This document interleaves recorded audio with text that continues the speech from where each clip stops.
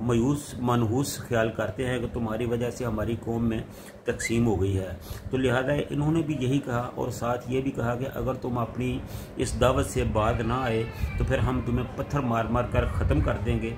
یا پھر تمہیں کسی سخت قسم کے عذاب سے، تکلیف سے دوچار کر دیں گے۔ اس لیے بہتر یہی ہے کہ تم اپنی اس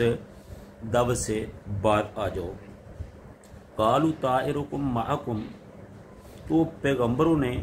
انہیں کہا کہ یہ جو تمہیں اس بات کا خیال ہے کہ تمہاری نحوست ہے، یہ اس وجہ سے نہیں ہے جس کو تم سمجھتے ہو، یعنی کہ یہ تمہاری نحوست ہماری وجہ سے نہیں ہے، بلکہ تمہاری نحوست تو اس وجہ سے ہے کہ آئن ذکر تم، کہ تمہارے پاس پہلے کوئی ڈرانے والا نہیں آیا تھا، تمہیں کوئی نصیحت کرنے والا نہیں آیا تھا، تمہیں کوئی سمجھانے والا نہیں آیا تھا، لہذا کیونکہ ہم نے آپ کو سمجھانے کی کوشش کی ہے، آپ پر اللہ کی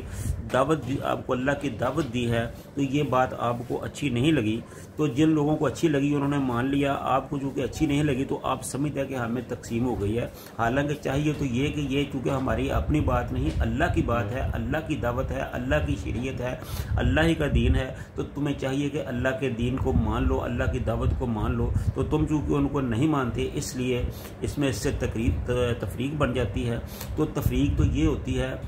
تفریق ہمیشہ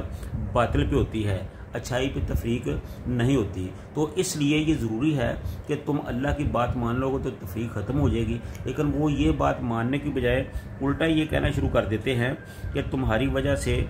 یہ کام ہوا ہے۔ تو پیغمبروں نے ان کی بات کو رد کیا کہ یہ جو تم نحوست کی بات کرتے ہو یہ ہماری وجہ سے نہیں، یہ تمہاری وجہ سے ہے، ہم تو اللہ کی بات کر رہے ہیں، اور اللہ کی بات کی وجہ سے تو نحوست نہیں ہوتی۔ نحوست اس لیے ہوتی ہے کہ تم حق کو تسلیم نہیں کرتے، اگر تم حق کو تسلیم کر لو گے تو نحوست ختم ہو جائے گی، اللہ کی رحمتیں جو ہے وہ عام ہو جائیں گی، تو اللہ تعالیٰ اپنا فضل و رحمت کرے گا، تمہارے مال میں، تمہاری اولاد میں، تمہارے معاشرے میں ہر طرح کی اللہ کی رحمتیں ہی رحمتیں ہوں گی، تو تمہارے معاملات جو ہے وہ سارے سنور جائیں گے، تم ٹھیک ہو جاؤ گے۔ تو بجائے اس کے کہ تم خود کو سنوارو، تم دوسرے کو نحوست کا طعنہ دے رہے ہو۔ تو اصل میں بات پھر وہی ہے کہ یہ جو نحوست ہے یہ اس لیے ہے کہ کیونکہ تمہارے پاس کوئی پہلے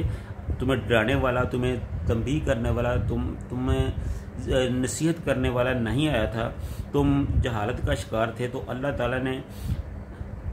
اب ہمیں بھیجا ہے، پیغام دے کر بھیجا ہے، تو ہم نے اللہ کا پیغام تمہیں پہنچایا ہے، تو تم نے اس سے سرتابی کی، اکڑ بیٹھے، اس کی پاداش میں تمہیں اللہ کی طرف سے یہ سزا مل رہی ہے، اور یہ نحوست اسی وجہ سے ہے۔ اگر تم اپنے اعمال کو صحیح کر لو گے تو تمہاری یہ نحوست ختم ہو جائے گی، یعنی تمہارا انداز فکر اس قدر بگڑ چکا ہے کہ جو لوگ تمہارے خیر خواہ ہیں اور سیدھی راہ کی طرف رہنمائی کرتے ہیں، تم ان کو جان سے مار ڈالنے کی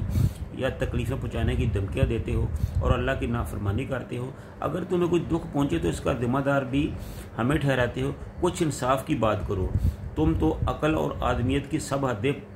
پھلانگ چکے ہو، یہ جو تم نحوست کی باتیں کرتے ہو یہ ہماری وجہ سے نہیں، یہ تمہاری اپنی وجہ سے ہے۔ تم اپنا قبلہ درست کرو، اپنے رویوں کو ٹھیک کرو، اپنی سوچ کو صحیح کرو، تو اللہ تعالیٰ تمہاری اس نحوست کو بھی ختم کر دے گا، اور اللہ تعالیٰ تم پر اپنی رحمتیں بھی نچھاور کرے گا۔ لیکن وہ کافر ہی کیا جو مان جائے، تو یہ تو اپنی ضد پر اڑے رہتے ہیں۔ تو اللہ تعالیٰ سے دعا ہے کہ اللہ تعالیٰ ہم سب کو اللہ کے دین کی صحیح باتوں کو ماننے کی، اس پر عمل کرنے کی توفیق عطا فرمائے۔ وآخر دعوانا الحمدللہ رب العالمین۔